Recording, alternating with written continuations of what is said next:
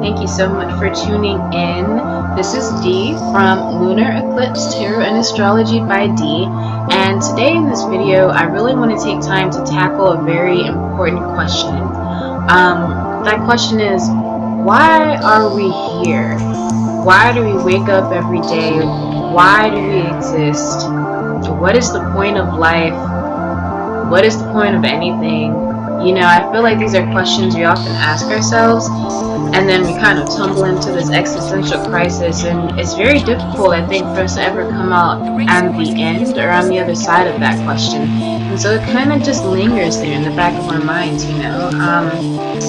I've taken a lot of time thinking about this, and for myself, I think I finally found an answer that I'm pretty happy with, and I feel like it helps to change my point of view on things. It helps to keep me motivated.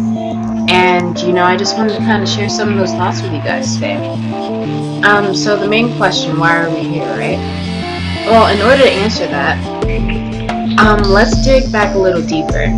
So before there was anything, before there was you, me, this planet, the solar system, like anything at all, there was literally nothing. Nothing, nothing, nothing. And then out of nowhere, we have this boom, this life, this expansion. Now, depending on what your beliefs are, some people, you know, fall to religion for that. Some people look to math at that. Some people say it was a low frequency. Some people say God spoke. But whatever your reasoning may be, we know that it happened. And mostly everyone can agree on that. And so when we look back to that, if we were to stand as the witness to this creation of creation, if we were to be right there at the moment where nothing turned to everything and expanded out, as we watched, we would literally see time and space unfolding. We would watch the future flowing forward. We would watch everything moving and continue to go into this perpetual motion. And so something we would witness all these different collisions of celestial bodies coming into each other, expanding on each other, exploding, imploding, all of these different things happening. And so of course that creates frequencies, you know, that's going to create some really awesome light shows, some really awesome images. You know, it's going to create so many different textures, so many stories and dramas that are taking place in the forming of this cosmos, you know. Now I think we kind of all know that subconsciously. Now let's look at this with just a different lens, right? So if we look at something like music, what is music really? Music is frequencies. It's waves that are harmonious with each other, that work with each other, that come to create something that is often pleasing to our ears. But we know that there are many different types of frequencies. We know that I'm producing frequencies right now with my vocal cords as I'm speaking to you all. We know that essentially everything emits and operates at some type of frequency. So even if you take the most solid thing you can find, like for instance this amethyst, even it's vibrating. Its molecules are all tightly packed together, yes, but they're moving. Everything has movement to create that frequency. And so to me, that's music. If you were to sit there from the beginning of everything and watch it take place, it would be watching the most amazing symphony carry out. You're following me here. On these different images, think of the most dynamic or eye-catching painting or photograph that really touched you somewhere. Art tends to touch your emotions. It makes you question things. It grabs you. Think about a piece of art that really touched you. Imagine now all these beautiful spectacles that are taking place. Even when we look up at the night sky, from this perspective here, it's gorgeous. But even imagine all these different nebulae, star stories that are happening, things circling and imploding on each other and creating all these cataclysmic things. I can't even just wrap my head around it sometimes. It's so gorgeous, and can you imagine just watching all that unfold? That is so beautiful, you know, all these different textures that are being created, these different, think of like the different planets in our own solar system. of how vastly unique they are, the different environments they have. Think of like the very hostile environment of the sun, and then think of like the environment of even like moons that belong to Jupiter and their icy surfaces. Or think about like our own planet, or even think about gaseous planets like Uranus and Neptune. Like think about all these different things and how different they are in texture. You know, those we could attribute that. You know, again, looking at everything from the point of view of the artist and all those different things. Those could all be considered sculptures. Again, just more art. Everything that we see around us is art in some type of way. They're the best stories, the best dramas. There's characters in these things. There's heart in these things.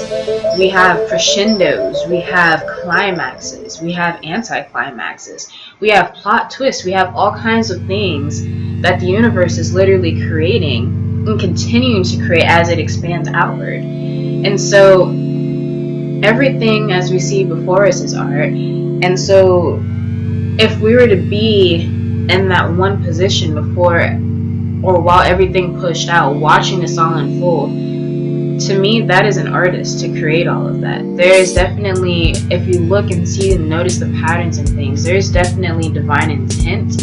There are patterns that are super recognizable. And who is this artist? Now, a lot of people may attribute this artist to God, you know, depending on what your beliefs are. Or some people may attribute this consciousness to what some refer to as the one consciousness. Now, expanding on that a little bit, why do we call it one consciousness? Well, according to different natural laws, we know that physically energy itself cannot be created, nor can it be destroyed. And so all this energy that exists in the universe right now was all the same energy that existed together before it began to just separate from itself. It's not like the universe began to expand and other universes added on to us. This one universe was perfect in itself. It always had a value of net zero. And so as everything continued to expand and to go forth into the universe, everything as time and space is unfolding is also shaping its own future, if you follow me. Yes, it's all one thing that's working, but all of these individual pieces are shaping those individual moments. Just like how we're all one organism. Yes, we are one, but as us being one being, our little cells are performing numerous metabolic tasks in order to keep our energy moving, to keep us alive. And so yes, we exist as this one functional unit, but we also are made up of many tiny also functioning units. And so that's how I kind of look at the universe, you know. And so that's what some people may refer to when they say one consciousness is everything that is coming together to create as the creator. The creator, we can look at this perspective before everything expanded, and we can also look at the creator as actively shaping and engaging with itself as it continues to move forward along the space-time continuum. So with all that being said, we come back to the question, so why are we here? What do we have to do with all of this? What is the point of my existence? Yeah, stars are great and everything, but alright, let's get back down to earth. All that being said, let's look at something. Every single every single cell, every single molecule, every single atom that creates you, your body, and every physical thing that you see around you was forged in the belly of dead stars. Dead stars because hydrogen and helium can only be fused in the type of stars like the one we currently have in our star system.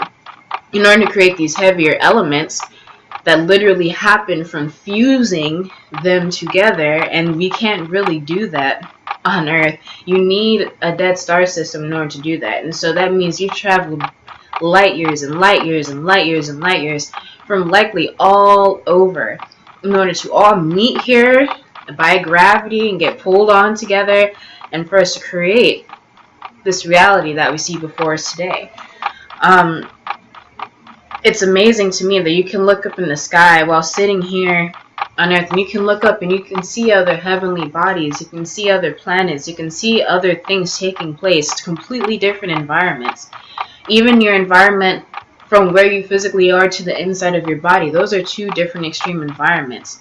There's so much that reality can hold, it's ridiculous. And we are created out there, and we just happen to come together by gravity. So what role do we play? We are living out the drama of the divine creation. We are embodying this story, and we are living it out loud with every day, everything that we do. Looking back at the universe as being a perfect equation that equals to net zero, in order to get that net zero balance, you have infinite possibilities over here on this side of the equation. And so you can have huge extremes of light and huge extremes of dark and everything in between. And that's why we as people are so diverse. That's why we have so many different intentions. We have so many different things. And yes, we're going to disagree and we're going to have conflict, because we all need to balance each other out. You cannot have good without the bad. You cannot have bad without the good. You need everything all in between, neutral, extremes, all types of spectrums, in order to house this perfect creation, this expression, which ultimately is nothing. Now, when we look at everything as being an art form, why do we need to be here, right? We need to be here in order to witness this art, in order to really appreciate it. Because if you think about bringing this all full circle back to the beginning of everything, when we were all like this as one consciousness before it expanded, there's so much potential that lies here. Of course, this consciousness cannot even experience all that it has to offer, this infinite, limitless possibility that is held here. We need to spread out and to experience ourselves as one universe subjectively. We need to be able to experience it, to be knee deep in it, to feel it. That's why we have all of our different senses, you know? Your sense to touch, to smell things, to see, to hear things. It's all plugging you into this third dimensional existence that we call reality. That's how you can experience life. It's how you can essentially experience God if you continue to stay on topic with this conversation. And so I hate when people belittle themselves so much. They expect to see things kind of like a sci-fi movie because our imaginations have blown things out of proportion. And really, if you just look around you and appreciate that we're on a massive sphere rotating and revolving around a star system, traveling all together through space as this one unit, interacting with these different planets, affecting each other. We even have a giant satellite, the moon, outside of us, which controls the tides of our planets, the tides of our oceans, these giant bodies of water oscillating up and down the coast, you know, controlled by the moon. Like, everything around us is beautiful. It just takes a matter of appreciation of being able to see that. We become so used to things that they lose their magical quality to us. We no longer appreciate them the way that they should be. And so a lot of people, when they find inner peace, you notice they tend to take up this attitude of gratitude. They become so thankful for things, the simplest things. The simplest things can go such a long way. You know, they really make being here worth it. Those interpersonal relationships, love. You think, with all of that being said that we just discussed, what could even possibly hold this together? Why do my atoms stick together to create everything that eventually creates the system that we call D, or you, or anybody, or anything? All these covalent bonds and all of that, to me, that is divine love. There's nothing else to really be able to explain why all of this is able to be here. It's all art, it's love, it's appreciation. And so I think that's why we should really learn to love ourselves, to love one another. If you know anything about your chakra system, the center is at the heart chakra. Your heart chakra is what connects you to other people, to other beings, to other living things, to everything. It is your gateway of connection, and that is where you hold your balance at. And so that should let you know that that is what's important, is to find where you balance with everything else. With this being said, again, why we have so many different patterns in life, because it's all one. Everything is one. I know that you have probably heard this a lot of times, but just take that thought and meditate on it, feel it. I'm still learning about this, just the synchronicity and everything, and it has so far been an amazing, very eye-opening, a very beautiful journey and experience for myself, because these are questions that I've asked myself a lot, and I know that I'm not the only person, and so I hope that having open discussion about this has helped some of you guys maybe just look at something from a different point of view, or maybe just offer a little bit of hope, a little glimmer of something. Some things I feel like we should keep in mind. Again, remember, if you're ever feeling lost, is that we were created in the bellies of dead stars. We are stardust incarnate on this planet, and I think that is so beautiful and so empowering to know and to keep close to your heart, is to know that that is where you actually come from. We didn't just appear here. We are part of a much larger story, part of a much larger phenomenon. Also, to know that you're exactly where you need to be in order to experience your subjectivity of the universe and to add to it in your own unique way, the only way that you can. We are all special, we are all unique, and we all are a much bigger piece of the whole. And so whenever you feel that, just remember to look around and see all that's around you, and know that just like how everything else has a place, you have a place too. So I hope this video helped you guys, and stay tuned for next week, alright? Y'all have a blessed weekend. Alright, now in this week's lunar forecast, be on the lookout for some very transformative energy that's going to be surrounding us. It's a really great time to break down barriers for yourself and to rebuild into something newer, better, bigger, faster, stronger. But in order to do that, in order to build muscle, it must first tear, right? And so it's very important to be aware going in this week of the things that are going to be happening around us. Today, on Thursday the 6th, the moon is going to enter Sagittarius, which is a mutable fire sign. It's all about expansion. It's all about testing the boundaries. It's all about pushing forward. It usually comes with a sense of wisdom, of exploration of the soul. And that's the type of fire that Sagittarius has. But as the moon crosses into Sagittarius, we also have the moon conjoining with Lilith. Now, Lilith in astrology, some refer to it as more of the dark side of the moon or hidden aspects of yourself. So that means during this time, during Thursday the 6th and Friday the 7th, we're going to have the moon and Lilith together. That is going to be pulling on a lot of our energies. We're going to have the dark and the light meeting. We're going to be experiencing new dimensions of ourselves. We're going to be focused on freedom from ourselves and breaking down old barriers. So it's a really great time for anyone who's in the search of truth or who's learning to gain long-term wisdom from this. And then on the 8th, we go straight into the Capricorn full moon, and so that's going to be very, very potent right now.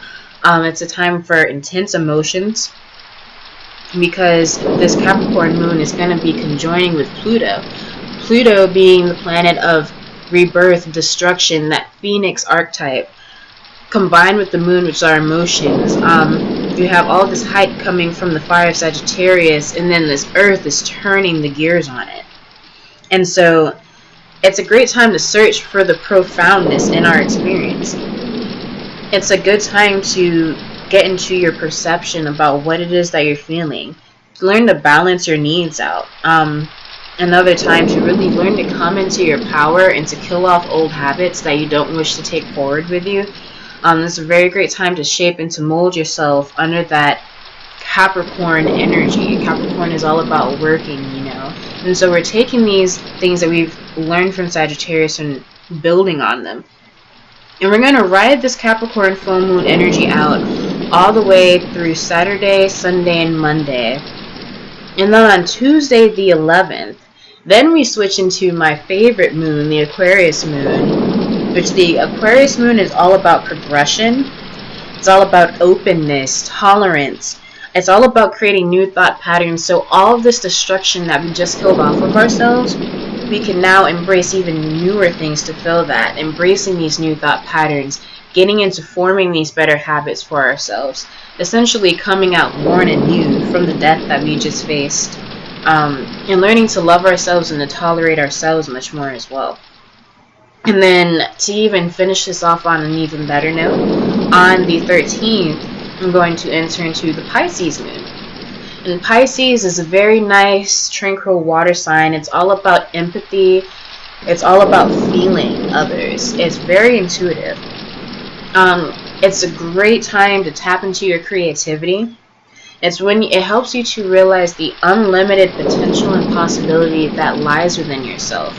And so that way you can tap into it. You can use your imagination, and you can take all of this that you've learned throughout the week, and you can build yourself into whoever you want to be, into a bigger, better person, if you allow yourself to do so.